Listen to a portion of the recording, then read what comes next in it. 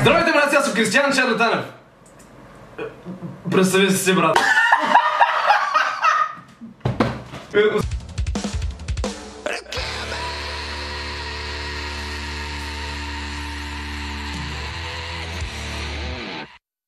Един от известните видеоблогъри у нас, Кристиян Чарли Танев, издаде комикс с популярния герой от влога му Ракия Мен, популярния. Кой е Ракия Мен и какво се случва с него в книгата, ще разберем след след две консерви. Много обичам консерви с боб, между другото. Да. Искам за две консерви с боб. Да, обаче с доматен сос. Ти по принцип ядеш две консерви с боб, сега като са ти платили, ще имат кашон. За закуска само две консерви. Един кашон с консерви.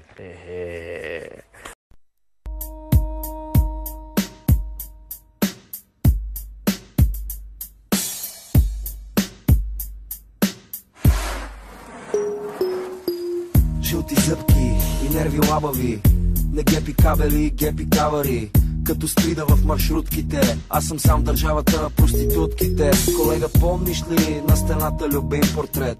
Немаше го още 24 часа. Немаше ни GSM и ни интернет. Азис беше само Васко педераса. Батко, дали да ти не серемо устенцата? На жена ти правим синки по коленцата. Тя обаче погледна в твоята чиния, затова остана само в моята чекия. Искам да ида в парламента. Иди, никога няма да имаш хемороиди. Господин депутата гледа девствено. Естествено не шмърка нищо ефтино. Селото се оказа тъкмо в града. Белото им показа тъмната страна. Дали ви правя нещо като песнички пея и ви ям трохите, за да оцелея? Боже, давай нагоре и нека е грях. Искам некой ден да сера на тях. Знаеш какво? Аре само да не ме занимаш. Дедо Господ май нема да ми прости. Дай ми всичката пара на света, колега. Не ме занимай с глупости, бе. Знаеш какво? Аре само да не ме занимаш. Дедо Господ май нема да ми прости. Дай ми всичката пара на света, колега. Не ме занимай с глупости, бе. Нямам време.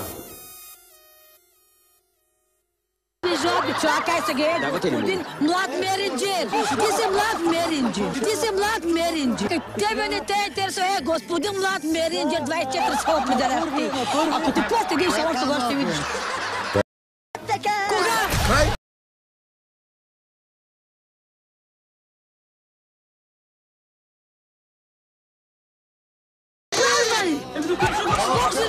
Ей, на това.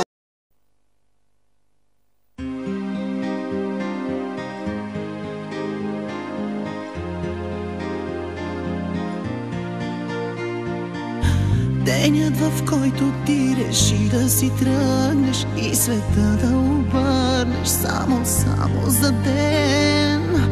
Помислих аз, че всеки правото има пътят си да избира и да бъде щастлив.